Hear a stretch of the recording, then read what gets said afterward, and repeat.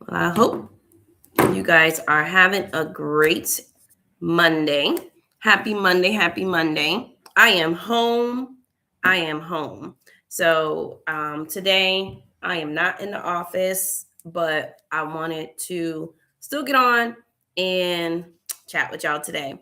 I hope that you guys are having a wonderful evening. I hope that, life is going well for you all. I was a part of a hair show today from through the Design Essentials hair care, and I had Coletta and Yolanda were the reps who brought me in under Gary, and I'm so excited to have been a part of it. I did not know what to expect, but I had an amazing experience, and I definitely will do it again. Um, it was something that I didn't think I would actually enjoy, but I actually enjoyed it. So, you know, my hair, of course, is not going to last the way that she had it, but it is what it is. I think it was cute. I think it came out cute. Unfortunately, I left my other camera at work. So today we are going to have the camera from the computer, and we're going to do our best with it. So I hope that you guys are having a great Monday. Today, I wanted to talk about what does it mean to lock in? What does it mean to lock in? Not just like on on God, but like on all types of things, right? When we want to grow, sometimes we have to stop and we have to lock in on the things that are important to us, the things that bring us joy, so that we can get to where we're trying to be. Sometimes even the things that we need to do, sometimes it doesn't make us happy, it doesn't make us feel good, but we have to lock in anyway. And so it says locking in and what it means to you. And then decisions that your growth is no longer negotiable. Like I know for me, like there's so much I want to do. There's so much that I want in life. And for a long time, I felt like I really wasn't locking in the way that I needed to be locking in, right? Um, I'm choosing discipline now over excuses, right? I want to be disciplined. And I don't want to have excuses on why I'm not moving forward, why things aren't happening in my life. I'm choosing healing over comfort. I'm no longer comfort with those things that aren't bringing me healing, that's causing me to hurt even more, right? I'm choosing purpose over popularity. Sometimes we want to be known, we want to be seen, we want to be heard, but we don't have a purpose of why we're doing these things, right? Or if the purpose, if we do have a purpose, it's not anything to honor God and to honor our further goals, right? It's just for us to have attention right now. And then it says choosing peace over chaos, right? Chaos doesn't always have to mean loud. It doesn't always have to mean someone. It could be just the decisions that you make, right? The things that you allow, the things that you're doing can cause chaos in your life. And then choosing God over your flesh. That is something for me. Like y'all don't even understand. Like this past weekend, I was at war with God. And I didn't even realize how bad I was until, or what was happening until like yesterday afternoon after church. And I realized like I just had been, me and God were fighting. We were literally fighting. And although I looked at it as more of a it was like an emotional thing where I was sad because it was Father's Day weekend, it was my dad's birthday, it was more than that. It was an opportunity for me to see that I needed to lock in with God this weekend. He needed me, he needed my time, he needed my energy, he needed me. And I had to go through this weekend. And when I tell you, like, Thursday night, I did not sleep well at all. And then I was exhausted Friday. And then Friday, also didn't sleep. And so Saturday, I felt like I was just like a zombie. I was just so exhausted. And as I'm reading and as I'm praying, I'm just in tears the entire weekend. And I'm just asking God, like, what is the problem? Like, what is it that you need from me? And I remember by Saturday night, me and God, I was on that floor. And, I don't know about you guys, but like, if you ever been in a fight, if you ever been fighting with God, if you ever been wrestling with God about things that you just want Him to take away, that you just want Him to make better. I was there, snotty nose, couldn't stop crying, and just to be able to get locked in with him this weekend really, really helped me. And so tonight, I wanted to talk a little bit more about locking in, right? Um, a lot of people, they want transformation without sacrifice, right? Some people want to continue to do things the same way they did it, the same way they were taught, and they don't realize that you can't change a pattern, you can't change disorder, you can't overcome certain situations if you're not willing to sacrifice what makes you happy, or the flesh part of you, or the things that are not working, but you still want to hold on to it because that's all right? Sometimes we don't realize that we have to sacrifice the things that we were taught in order for us to get in line with God. And so for me, I know for sure that there had been things that I needed God to kind of like, I needed to talk to Him, but I also needed Him to talk to me, and I needed to hear from Him, because there was a lot of things that I didn't want to change. And to this day, like, I'm still working on them, but it's a sacrifice that I make. I'm making that sacrifice to walk with Him so that I'm locked into what it is that He has for me, right? You cannot become a new person while protecting the behaviors that are keeping you stuck.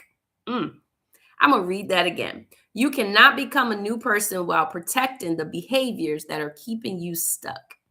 Many of us ask questions like, or we wonder why we keep going into the same habits over and over. We keep going through the same situations over and over. And we don't realize that until we stop protecting those behaviors that are not bringing us joy, we're going to end up finding a little piece of joy, but then end up right back to where we were before. And that's because until we sacrifice those things that we're comfortable in, we're going to continue to go through the same things over and over again.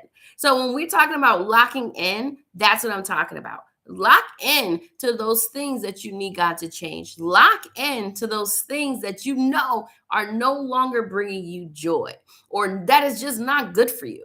There are family habits, there are family patterns, there are old school sayings that mom, dad, grandma, great grand aunt, all these people have said, and people have been holding on to these same different behaviors throughout centuries.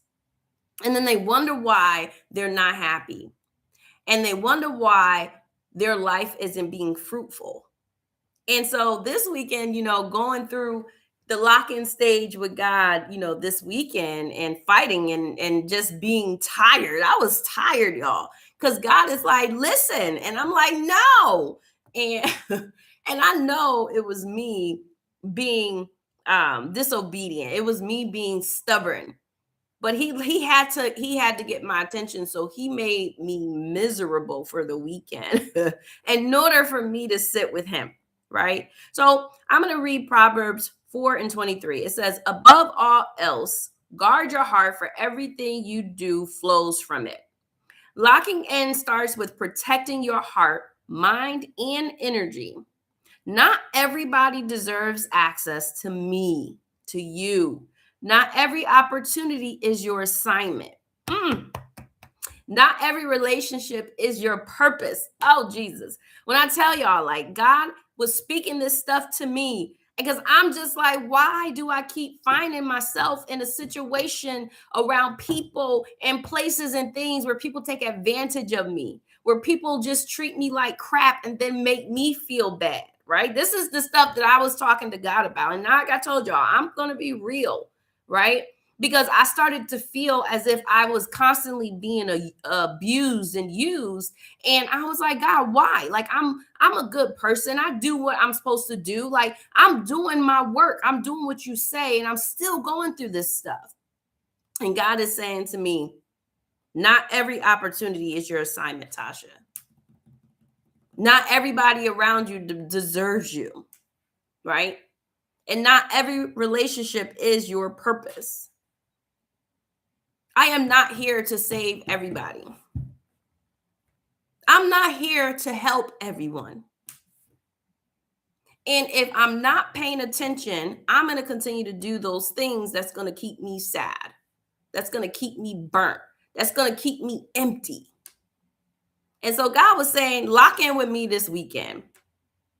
Let me help you. And I was like, no, we got the Juneteenth celebration coming up. Everybody going to be outside. I want to be outside. And I had been praying and praying and praying for all these different things. And God was like, all right, well, if you ain't going to listen, you about to be locked in with me. And he locked me in, y'all. He locked me totally in. One of my girlfriends even looked at me. I had dropped my mom off at church. And my girlfriend looked at me and was like, you do look tired. And I was just like, dang, I tried to look excited. I couldn't because I was exhausted. I was wrestling with God because God needed me to lock in with him. All right. Okay. So Romans 12:2 says, do not conform to the pattern of this world, but be transformed by the renewing of your mind. Notice, God, that he's saying that you have to be transformed you shouldn't be transformed by your circumstances, right? Like, I shouldn't get to the point where just because somebody hurt me now, I become mean and nasty and petty, right? I shouldn't be transformed by that, right? I should not be transformed by what people have done to me, but I should allow God to renew me, to speak to me, to change me. I'm supposed to be looking to him for help, to him for love and affection and honor. He's supposed to renew me. He's supposed to change the from the nasty things that I continue to experience. He said he's going to transform my mind. The things that I keep thinking about, the things that I want all the time that keeps hurting me, God is going to transform my mind. And so I had to think about that this weekend because I'm just like, I want to do things my way. And he's like, but it ain't working. It's not working. I'm continuing to tell you to do these things and you're not listening and you're constantly putting yourself back in these situations. And then he says, your life often follows your thoughts. So these are some of the scriptures that God brought to me this weekend and I wanted to bring to y'all because we need to lock in. We need to lock in with God. We need to lock in mentally, physically, emotionally, spiritually, because time is not promised to us, y'all. But we continue to walk around like we have time to keep fixing things or having do-overs. And God is saying, no. If you don't do what it is that I'm telling you to do, eventually your time is going to be up and you will not be able to do what I've asked you to do on this earth. And I was just like, dang, but why you got to be at me like this, right? But, although I was in my feelings, although I was, a little frustrated, I was not confused, y'all. I wasn't confused because I knew everything that he was speaking was truth.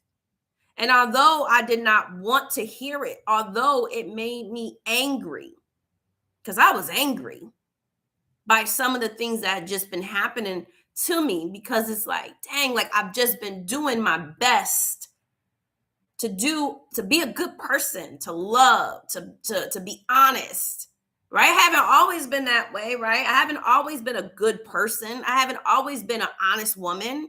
I haven't always been that. But without sacrifice, there's no change. There's no positive change anyway. So I've been sacrificing things in order for me to change, in order for me not to like walk or satisfy my flesh, but satisfy God, right? So I don't want to follow my thoughts. And I've been following my thoughts so long, like overthinking, worrying, anxiousness. All that stuff is what he's talking about. And so he's like, bring it to me and actually bring it to me and leave it. And stop saying the cliches. Stop making it seem like you actually locked in with me, but you're not. And I was like, whoa. Y'all understand. I have a area rug in my room on my floor. It's like a shag. If you've ever been in my office at my therapy office, my room, my bedroom rug is similar to that. And so I'm on the floor and I'm just going. I was just going because I'm like, oh my God. So then he brings to me Galatians 6:9. And he says, let us not become weary in doing good, for at the proper time we will reap a harvest if we do not give up. Woo! Y'all, I'm going to tell y'all right now, I have such a good heart. I always just want people to win. Somebody call me and they need something. If I have it, they got it. Somebody going through something, they need me, I'm there. I have a good heart because I don't do it for recognition. But sometimes I do want people to treat me similar, do something a little bit that I've done for them, to show that they love me, that they honor me, that they respect me, that they care for me, right? That they even like me. And sometimes people don't do that. And so Galatians is talking about we cannot become weary in doing good. I should not have an expectation that someone is going to do good by me because I did good by them. I shouldn't have that expectation. If I'm there to do it out of the goodness of my heart, then I should be doing it just because of that. And what I was going back and forth with God as I was locked in with him was that I do that on a daily basis, but I still feel like I'm being crucified. I still feel like I'm being disrespected. I still feel like I'm not being like loved and honored by people, right? And then it says many people quit right before breakthrough. You know how many times I want to walk away from things, walk away from people, and God be like, no, go back. And I be like, I know that ain't God. That's just me. But no, God was like, no, those times that was me telling you to go back. I told you to go back because you weren't finished. Because I was weary. I was tired. I was depleted. And God is saying, no, go back. And I'm like, I don't want to. I don't want to go back. Because every time I go back, there's other crap going on. Every time I try to be nice, every time I go and speak for somebody or I go and do something nice for somebody, it's like something else happens where I'm just like, you gonna do that to me? You gonna X me out of things? Like there has been times where I've shown up for people in their businesses just for when things came up where they could support me. I got X'd, and I was angry about some of these things. And God had to remind me, like, you can't get weary because you're doing God's work. You can't get weary because I'm telling you what you need to be doing. I'm going to reward you. And don't you dare stop before I complete what I need to do in you. So y'all, this weekend, like I still got the little bag under my eyes because, like I said, I'm like last night was the first night that I slept a really, really great time, and like he was just bringing this stuff out, and I have my Bible app. I have some things on my Bible app that I read, and one of my plans is I'm reading right now. It's called Redeeming Anger, Turning Pain into Purpose. Now, I've heard people talk about turning pain into purpose, but this this particular plan, it it's like really helping me to understand that I have anger within me that I needed to release, that I there was still some unforgiveness that I needed to release. And so I felt like when God, because I found that plan popped up on Thursday night, and I started reading that plan Thursday night. And then I went into war with God. I locked in with him, right? And you know, it's just been amazing. So locking in is staying committed even when the results aren't immediately. Y'all, how many of you guys have felt like you have been working? Forget immediate. Like, I'm not even asking for immediate. I'm like, can I get a year? Can I get 2 years? Like, can I get 2 weeks? Like, why is it that I'm constantly doing good? I'm constantly doing all these great things, and I feel like there's nothing coming. And I'm crying out to God, and I'm telling God, like, I am tired. I don't want to do this no more. Like, take this away from me. Take that person out of my life. Move me away from that particular thing. And God is like, I felt like God was laughing at me, y'all. I felt like, like if when you have a child, like a little infant, and they're crying and crying and crying and crying, and really there's nothing wrong with that infant, and you have nothing else to do but to just sit there and listen to that infant cry. And then finally that infant stopped crying when you pick them up or do whatever. Like, I felt like that's how God was looking at me that night. Like, he was like, yeah, I already told you what to do, and you crying, but that's not getting you nowhere. Like, when I'm ready to do what I need to do to pick you up or to feed you or whatever I need to do, you'll stop crying. But until then, you're gonna lay there. You're gonna cry this out, but you're gonna listen to me, right? So let's be honest. Some people want God's blessings but don't want God's discipline.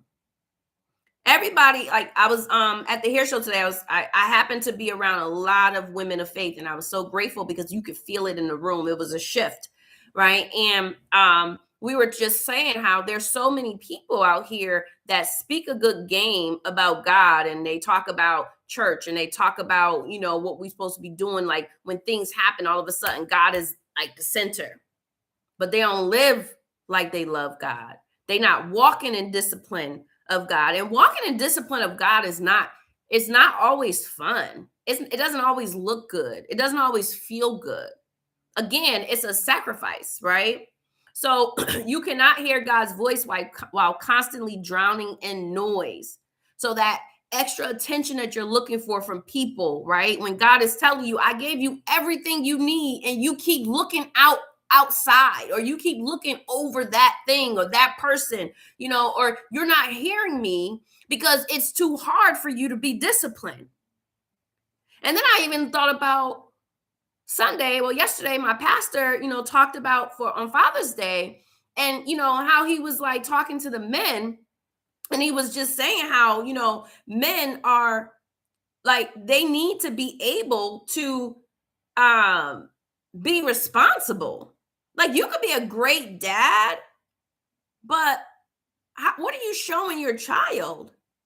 How to be a great man, or how to be a great shepherd?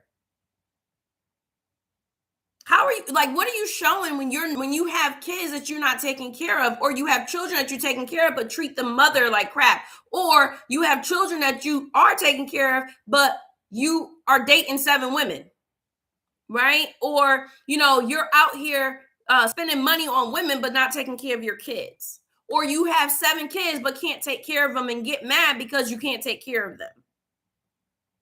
That's about discipline. You want God to change something, but you're not disciplined enough to stop the negative or reckless behavior.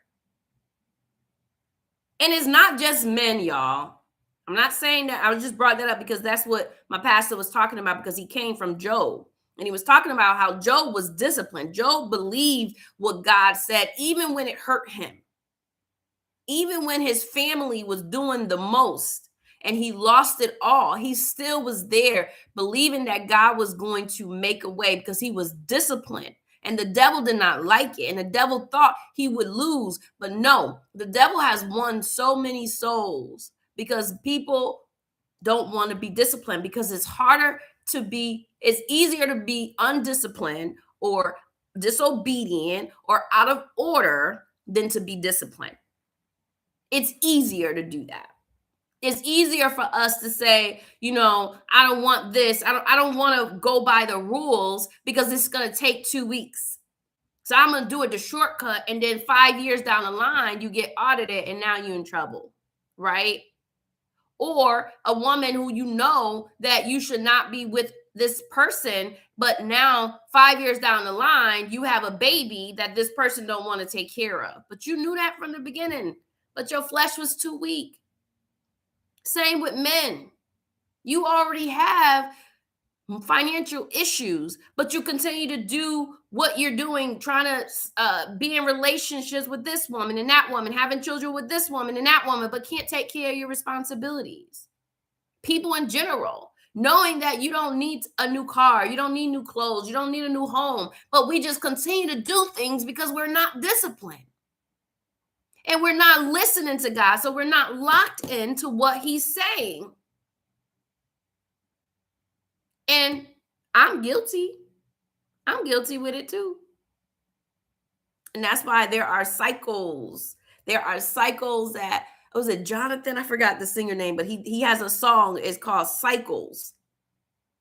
And I really do feel like that song really talks about how when we are not locked into God, when we are not locked into being disciplined, we are going to always fall into cycles. Even when things get better, it's going to always go back because we're not learning. We're being disobedient. We don't like the pain, or we don't like the discomfort that we're in. So therefore we go to the easier space. Good evening, Ty. How are you? So again, all the noise, you got to cut the noise out. If people are not talking about getting closer to God and really walking that walk, you're going to have to walk away from them people. Especially when God is telling you something and you around all this noise, people telling you could do this, you could do that, you could do this, you could do that. You can't hear God's voice because now it's confusing. When I tell you, like, this past weekend, there's nothing that happened in my life for these last 36 hours that made me feel like I was confused about anything God was saying. It was more so I was mad that I had to listen because I'm like, oh no, it's going to change what I want to do. I don't like it. It don't feel good. But I said, I know it's worth it, and I'm not going to give up before he blesses me. I'm going to keep going, and I'm going to continue to do what I need to do. There are some things that we can do to help us lock in. We can do like prayer. We can do some emergency prayers every day. Like I had to get back to reading my forgiveness prayer. A girlfriend of mine had asked me about soul ties. And I was like, yeah, I definitely know about soul ties. But I remember that I do have a soul ties prayer. And I pulled that out and I was like, I'm reading this because although I got the forgiveness prayer, there's still soul ties that I have with people, right? And people have with me. And so I was like, I need to pull these prayers back out and really get a little bit more focused, right? And get locked in with that. I don't want God to just fix anything.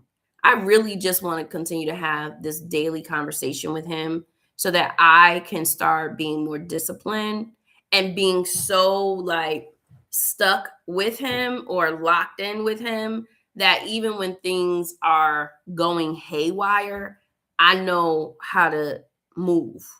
right? um, Ask God, what does he want you to learn today, right? You also want to ask, what are you avoiding today? And then you want to ask, what do you need to surrender? That is so crucial.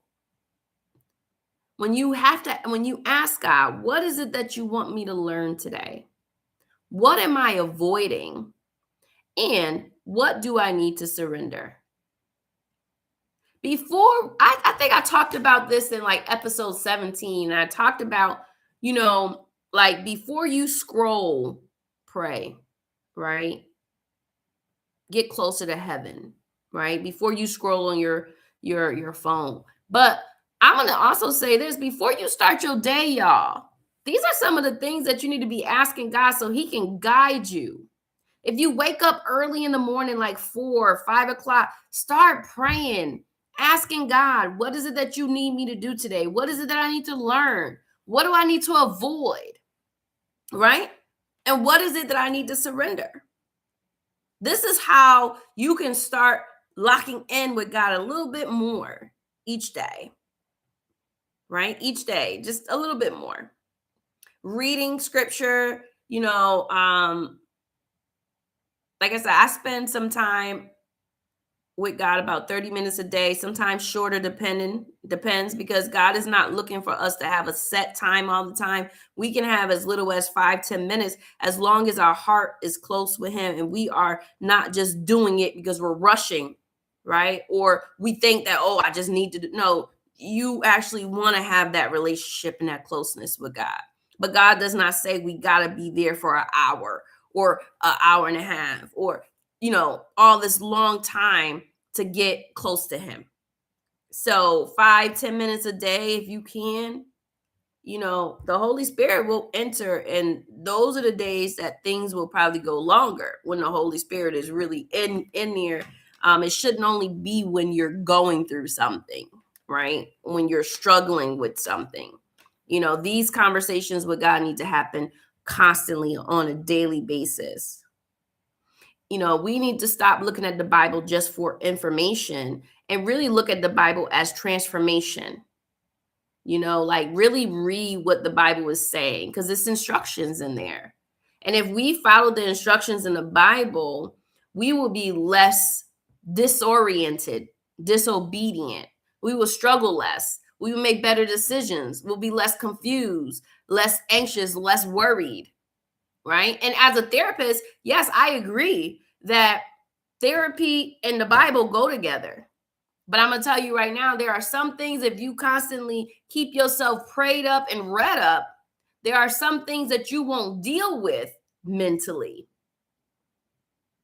Because I'm not going to sit here and say, oh, well, if you had diabetes or if you are bipolar or you are schizophrenic or you have high blood pressure, not to take your pills, not to do what you need to do and just read. No, I'm not saying that. I'm saying lock into the word so that you can stay focused on what God is telling you so that God can heal you while you're doing your part. Because God is going to tell you what to do. He's going to tell you how to do it. And he still wants you to follow the rules of the land while believing and knowing that he can do all things, right? Fasting teaches people how to do things, right? Some people don't like to fast. Some people have a negative connotation. Ooh, I messed that up. We're gonna strike that from the conversation. They have a negative thought of what fasting is. And fasting can be from little things. It can be from food, it can be from things or people, right? It doesn't always have to be fasting 100%, right? Where you're not eating all day and just drinking water, or some people can go without doing any of that. I'm not there yet, but I will say fasting definitely helps you get closer to God. Sometimes sometimes we have to realize that the things that we feel like we can't live without are probably the things that you want to fast from. So if there's certain type of food, people, things, Those you might want to start with those little things, right? Locking in mentally. Many people want peace but won't confront their pain. That I know for sure. Being a mental health therapist, people will want they they they want peace. They say I want peace, but they're not willing to deal with what brought them pain in the first place. Some people might say, "Oh, that was so long ago. I don't want to bring it up." But the reason why your behaviors continue to be to continue to cycle is because you're not dealing with that pain. You're not confronting that pain. So therefore, the pain is still sitting there. And so that's why when those things come up, you're constantly in pain. You constantly get irritated, triggered, right? I've had people tell me I trigger them. And I'm like, I'm triggering you because God is telling you to do something. You ain't listening. It ain't always me. Because sometimes I don't even know what I'm saying to certain people. I'm like, I said that to you. They're like, yes, you did. And I'm like, well, that wasn't me. God used me to tell you something and you still chose not to listen. So those are the things, like sometimes God wants us to deal with things that we don't want to deal with because it's too heavy. But God is saying, but do you trust me? Do you trust that I can take it? And once you can trust that he can take it, then it's easier for you to deal with it. It's easier for you to speak about it. But when you don't want to deal with the pain or the things that's causing you pain or just want to keep it secrets, I'm going to tell you right now, you're going to constantly be running. Every time you get something good, every time you start doing something, you're going to lose it. You're going to make a hot mess of it because you continue to want to run from the pain than deal with it head on. Healing requires honesty. Be honest what has broken you, what has hurt you, what continues to hurt you. Be honest.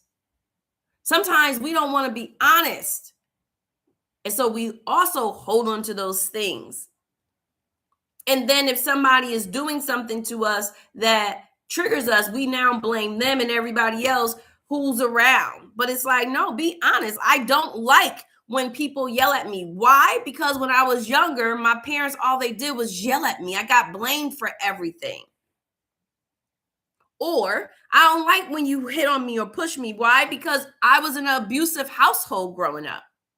Or I just got out of a 10-year physical abuse relationship. So no, I don't like when you're aggressive to me. I was in prison for 10 years. And so no, I don't like being told what to do. But that doesn't always mean that you got to fight with people just because they say something that triggers you. Sometimes it's good to sit back and say, listen, when you do that or when you say that, I don't like that. So how about we try this instead of running away, instead of arguing, instead of bringing up something that they've done, right? We have a habit of doing that as humans. We have a habit of doing that as flesh. We don't want to talk about the things that are hurting us. We don't want to be honest about it. I don't like that because I was raped by a grown woman and my mother and father didn't do nothing. I was raped by a grown man and my mother or father didn't do nothing. My own parent raped me. Like these are things that people are dealing with and they can't get the healing because it's too hard for them to even talk about it. I was raised by alcoholics. So I don't know what it is to have, closeness. I don't know what affection feels like. Affection to me is toxic relationship, arguing, fighting, cheating, and then getting back together because that's what I'm used to. Right? Some people have gone through like being bullied in school due to, like, for me, I had acne really bad when I was in I think my acne started probably like in the 3rd or 4th grade. And then I had like these big old glasses and I thought they were cool, but people talked about me and it started making me self-conscious.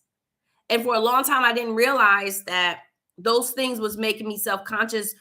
And that's why now, like, I'm such a stickler about being unique, because back then I didn't understand it. But now as an adult, I realized that was my personality and I love my personality. And so, rather you like how I dress or how I look, that's on you. I like how I dress, how I look. Even though I work very hard to keep my skin okay. Like, I don't have the best skin right now, but it's good. It's smooth enough. Yeah, I wear makeup, but sometimes I don't wear makeup.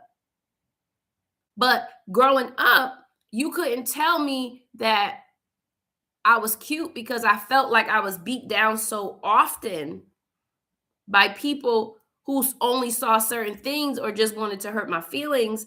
And so therefore, I stopped talking about it and I started reacting in ways that was unhealthy, right? Dating people that really didn't mean no good to me just because I got some attention, right? These are things that are real things that people go through, y'all. And that's why we got to deal with like locking in mentally. Because if you don't, you will end up being 60, 70 years old, still with all these negative opinions about yourself, not loving who you are, feeling like you need validation from people who don't even care about you, only care about what you're doing for them, right? Or what you can do for them. And also, you cannot heal what you refuse to acknowledge. I go by the transparent sister in women's healing. My mom tells me sometimes I tell people too much. People tell me that. I get it. I'm working on that. You know, um, but I honestly feel like I talk about the things that have happened to me because I know that there's somebody out here that might have gone through what I've gone through or might be going through similar things.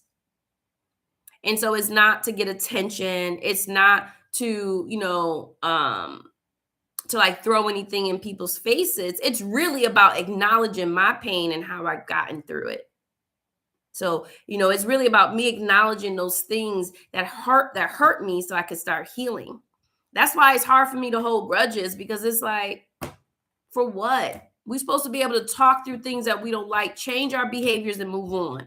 But what happens is sometimes people don't want to change the behavior, so we all both go through the same behavior over and over, when really all we have to do is stop the stupid behavior so that we can move forward. But if the other person isn't willing, then we do have to move on so that we're not continuing to feel bad about a behavior that the other person isn't willing to acknowledge, especially when we know we're doing the work, right?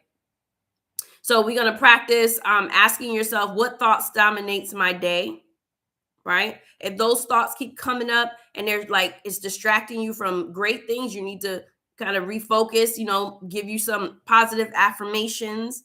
Are there facts or fears? Thinking about the things that are in your head. Is it real or is it not? We don't know what everybody is doing. We don't know how everybody felt. Ask questions, right? And what would I talk to someone I love the way I talk to myself? That's big. And I always tell people, don't tell me you love me, but then talk to me or treat me the way that you would not want to be talked to or treated. I do my best not to talk to you or treat you the way that I wouldn't want to be treated. And so I think for me, sometimes that's why it gets hard when people treat me bad when I treat them well. And so, these are things that I ask myself. I don't want people to treat me that way, and that's why I try my best not to treat them that way. And it takes time, guys. It's not something that happens overnight. It takes time. Like, I have been working very hard on myself. It hasn't even been 15 years that I've done, like, since I actually started my healing, and it's been about 10 years since I've actually started really healing. So this is like, I had to take a break from being a therapist because I wasn't healed. I was a hot mess. And I'm not saying that I'm 100% healed now, but at least I'm in a space where I can understand when I need to work on something. And I'm going to go get the help to work on it. So that's why I meet with my therapist once a month. And sometimes if I have to meet with her twice a month, I'm doing that. because the stuff that I hear on a daily basis sometimes could cause countertransference, and I could start picking up on that, right? I could be triggered by things that people are talking about, and then I'm like, "Ooh, I need to work on that." But as a therapist, I still have to do my work. I still have to make sure that I'm asking myself the hard questions and locking in, right? Journaling. We need to journal. Even if it's voice journaling, journal, pray, talk to God daily, every second, before you make a move, before you answer that phone, before you go to that office, before you go down the street, before you get in your car. Anoint yourselves. Each day, wake up and say, I'm going to do better. I'm going to love better. I'm going to listen better. I'm going to speak less. That was another thing God showed me. He brought me back to a conversation I had with my dad right before he passed away. And I was so over my job. And my dad used to always tell me, just leave, just leave. I'm like, Daddy, I can't afford, I was in the process of trying to buy a house. Like, I had all these things going. 2 weeks before my dad died, my house fell through, mortgage fell through, and I was angry. And then from that, I had an issue at work where I had to fire someone, and I got in trouble for that because they felt like I should have been fired them. And I was explaining to my dad some things, and I was trying to explain them. I was trying to talk to the my employee and blah blah blah. And my dad was just like letting me know, like, sometimes people don't want to hear the wisdom; they're not ready to hear it. Sometimes, like, people don't want your opinion, and I'm just like, dang. And God reminded me of that conversation because just a few days before that, somebody else told me something very similar because they were mad at how I spoke with them about something that they did to me. And instead of them coming to me and saying, I apologize, they chose to be nasty to me and then remind me of all the negative things that I've done in their eyes to them. But again, I had to remind myself that that is them, not me. But then God had to remind me that here you are trying to save or trying to help or try to give wisdom to someone who's not even ready to come and have a serious conversation with me. And I was like, whoop. What they say, drop the mic. That's what it was. I dropped the mic. Right? And then locking in physically. That's the last one I'm going to talk about. And that is going to be talking about, like, the body is carrying your trauma. Right? We know that our body keeps the score, right? It's a book about that. Like, all the times our body has been traumatized in some way. Many of you know that I have been sexually abused. The last one was in college, and that was something I had to work through. And I didn't realize, like, there were certain things about my body that I didn't like. It was due to some of the abuse and the trauma that my body went through. I was stressed about things, and our bodies hold that stress. Our bodies grieve. Our bodies hold grief within us. Anxiety lives in our bodies. Unprocessed pain eventually speaks in our bodies. Hypertension, diabetes, I said hypertension. We have weak muscles, right? Cartilage loss, arthritis, right? We have these things that really seeps into our bodies when we go through pain, such as unprocessed trauma. In 1 Corinthians, it talks about, do you Do you not know that your bodies are temples of the Holy Spirit? So it's so important to take care of your bodies. That's why when I see people who have struggled with trauma and now they're drinking, they're using drugs, they're using sex, like that's not keeping that temple clean. That's not respecting your temple. And that's why it's so important that you speak to God, that you release the pain. That's why it's so important that you lock in with God so that you're not holding on to this stuff. Because our bodies are holding on to that trauma when we're not speaking on it, when we're not releasing it, when we're not surrendering it to God, when we're not forgiving people, when we're not forgiving ourselves.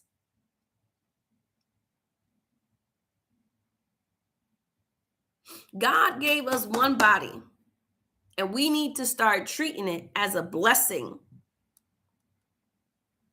Our bodies are not responsible for us. We are responsible for our bodies.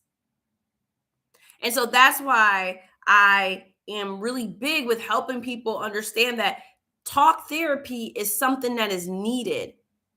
Because with talk therapy, we getting it out, and now I'm giving you something positive to put back in. That is what it's about. It's not about a bunch of psychological terms. It's not always about medication. It's really allowing yourself to talk about the things that you keep holding on to because you feel like it hurts you too much. So that's why I would tell people lift weights, go to the gym, walk, right? Stretch, move your body, drink a lot of water, dance. I love to dance, y'all. I may not be the most rhythmic, I may not have the most rhythm, but I'm gonna dance. I'm gonna dance because that's fun to me.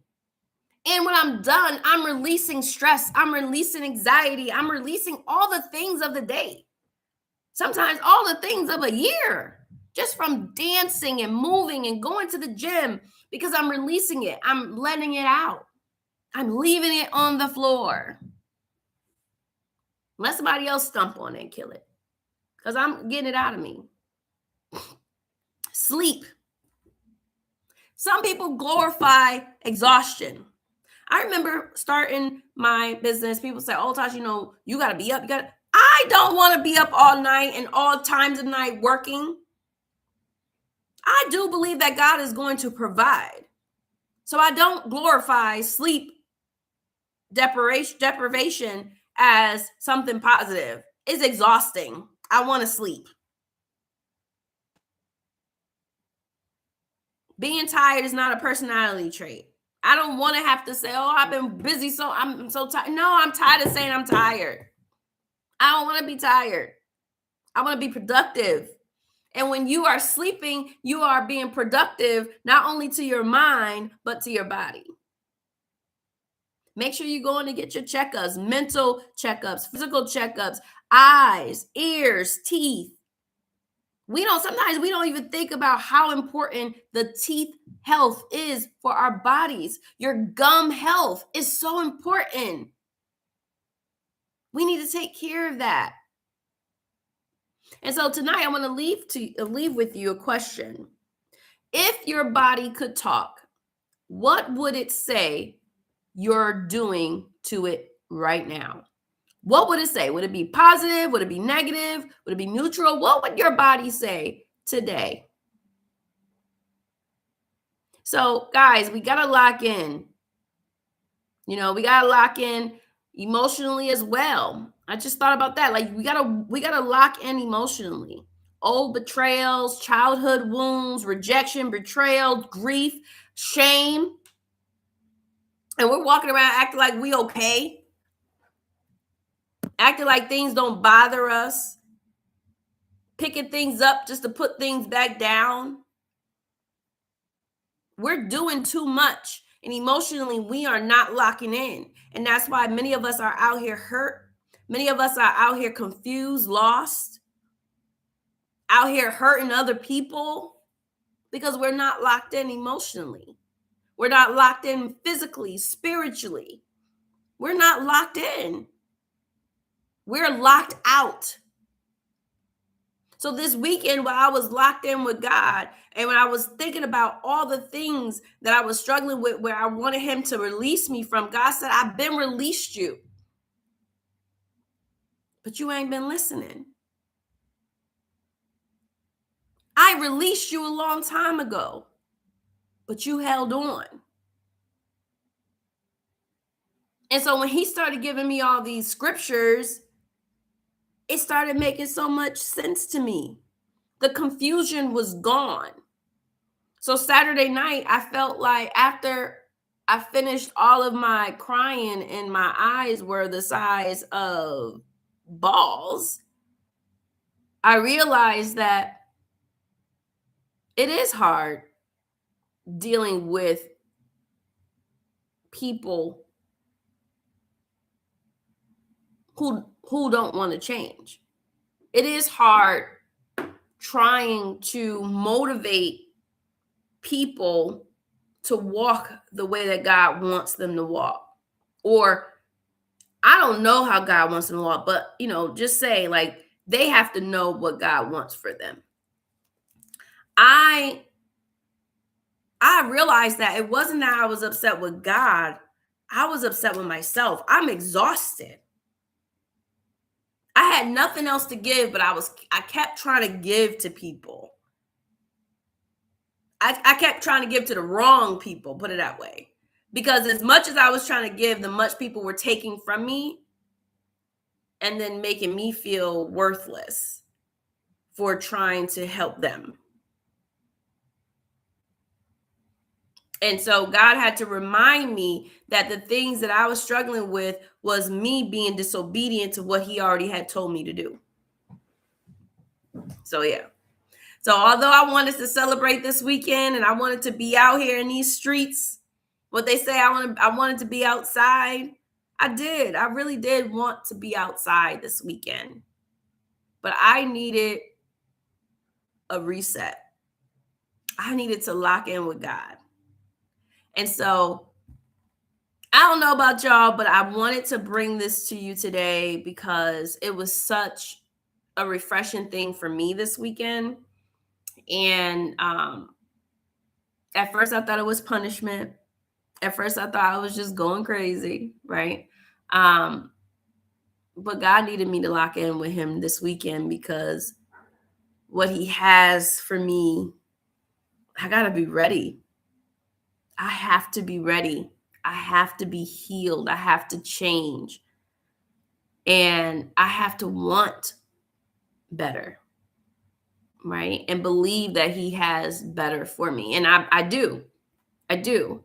But I think sometimes we all can get a little distracted by what we want. And then we move away from what God has already had for us. So that's all I got for y'all tonight. I hope that this was helpful. I hope that it was something in here that could help you, move forward from wherever you might have been stuck, rather it's grief, rather it's betrayal, rather it's relationship, employment, whatever it is. I just ask that you just lean on God and lock in with Him so that you can be emotionally, spiritually, physically, mentally healed, stable, and obedient. So you're not confused, I'm never going to give up on people that God tells me to stay with. I'm never going to give up on things that God tells me to keep doing. They might think it. People might feel like, oh, I'm wasting my time.